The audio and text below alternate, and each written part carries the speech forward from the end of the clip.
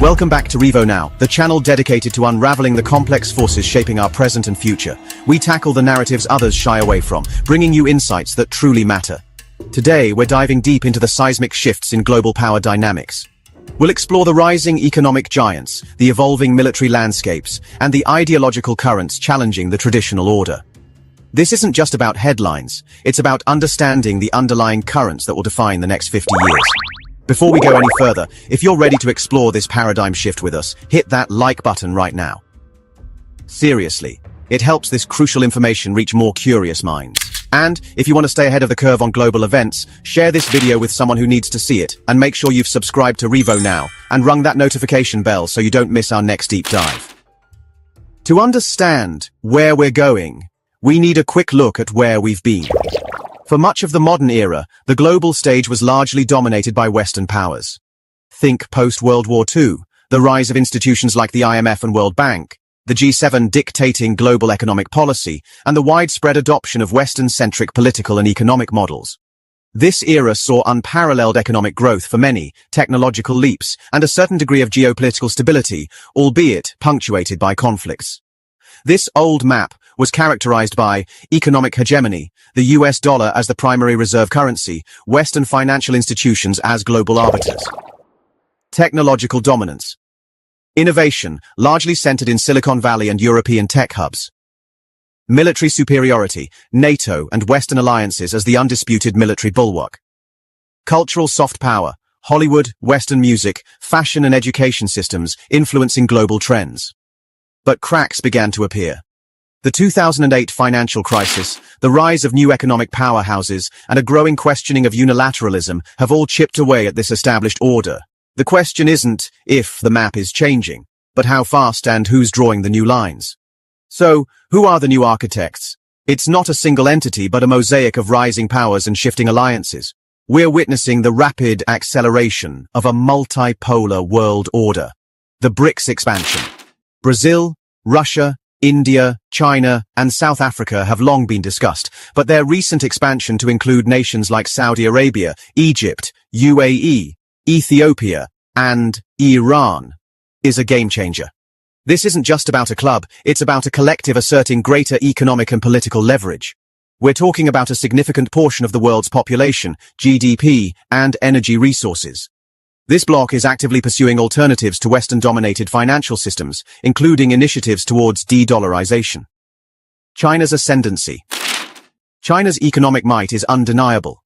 Its Belt and Road Initiative, BRI, isn't just an infrastructure project, it's a vast network of influence connecting continents, shaping trade routes, and fostering economic interdependence on Beijing's terms. Their technological advancements, particularly in AI, 5G, and renewable energy, are challenging established leaders. India's growth story, often overshadowed, India's burgeoning economy, massive young population, and strategic partnerships are making it a critical player. Its unique position as a democracy with strong ties to both Western and non-Western blocs gives it immense geopolitical flexibility. The re-emergence of the Global South. Beyond BRICS, a broader Global South is asserting its agency. Nations in Africa, Latin America, and Southeast Asia are increasingly demanding a louder voice in global governance, seeking equitable development and diversifying their alliances away from singular dependencies. Resource nationalism and new alliances. Many resource-rich nations are seeking greater control over their assets, leading to new partnerships and a rebalancing of energy markets. New regional security pacts and economic blocs are forming, often bypassing traditional Western-led structures. This isn't about replacing one hegemon with another. It's about distributing power more broadly, leading to a far more complex and interconnected global landscape. The West is no longer the sole gatekeeper of economic opportunity or geopolitical stability. So, if others are building, what's happening to the traditional pillars of Western influence? They're not collapsing, but they are certainly under unprecedented scrutiny and facing significant challenges. Economic recalibration. While Western economies remain powerful, their relative share of global GDP is shifting.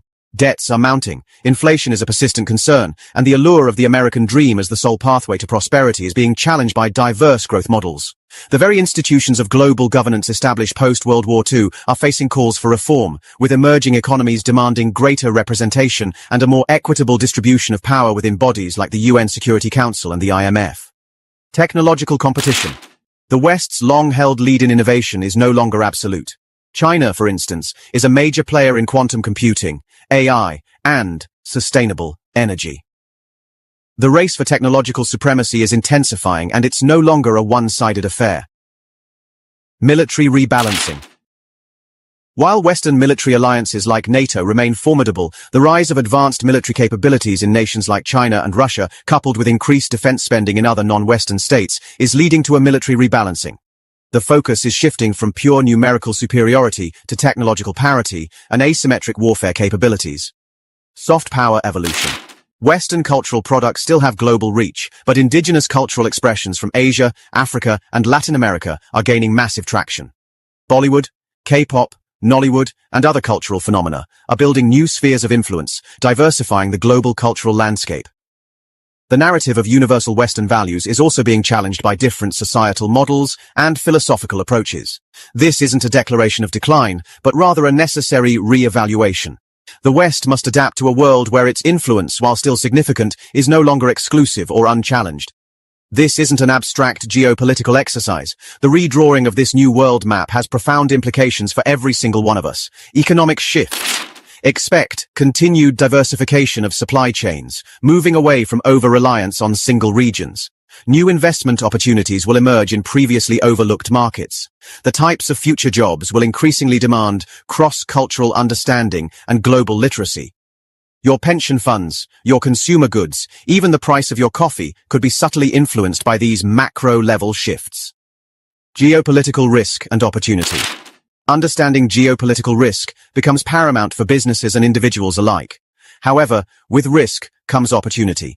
New markets, new partnerships, and new avenues for innovation will open up. Beyond borders. We are moving into an era where understanding different perspectives, cultures, and economic models is not just an advantage, but a necessity. The concept of global citizenship will become more salient than ever. The information battleground. With competing narratives about this new world order, developing critical thinking skills to discern reliable information from misinformation will be crucial. This is why channels like Revo Now are so vital. We aim to give you the tools to analyze, not just consume. The future isn't about one dominant power, but about a dynamic interplay of many. It's complex, it's uncertain, but it's also filled with incredible potential. So, how can nations, and by extension, we as individuals, navigate this increasingly intricate new map? There are several key strategies emerging: diplomacy and multilateralism. Despite the challenges, international cooperation remains essential.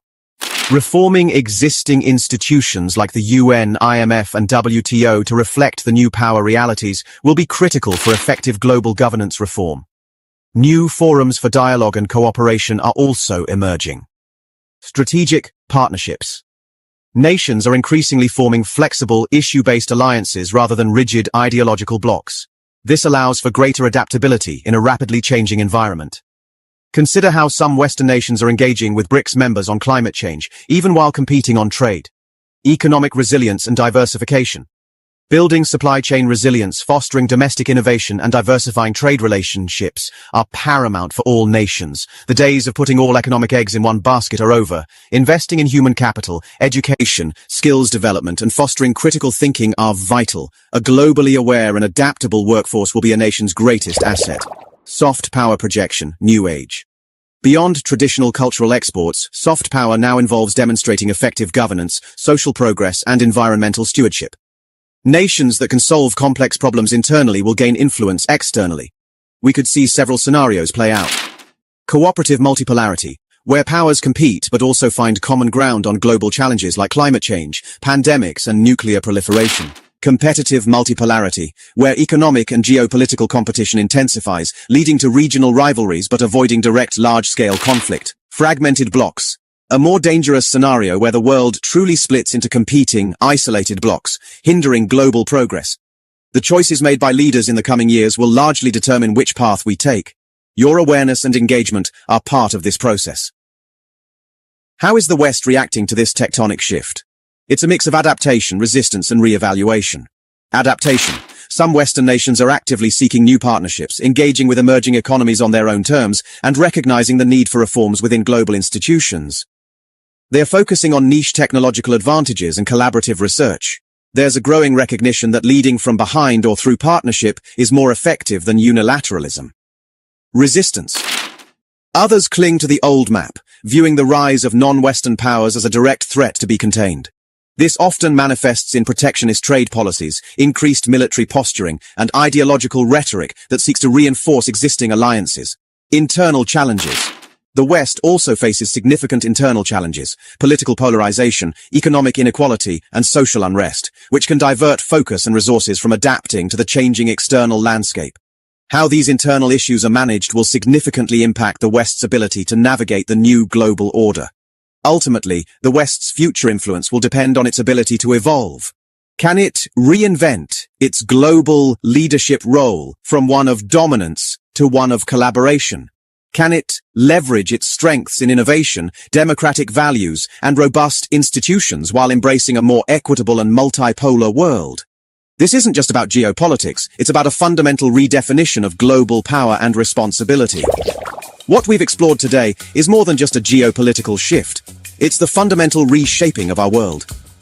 The old map is being meticulously redrawn, line by line, by new architects and evolving dynamics. The West isn't in charge in the same way it once was, and understanding this isn't about alarmism, but about informed awareness. This conversation is just the beginning. I want to hear your thoughts. What does the new world map mean to you? Which emerging power do you believe will have the greatest influence in the next decade, and why?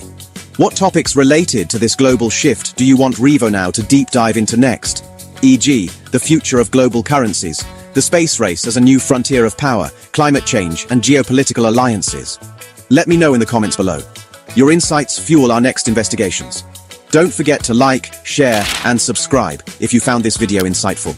Until next time, stay curious, stay informed, and keep revolting against the status quo with Revo Now.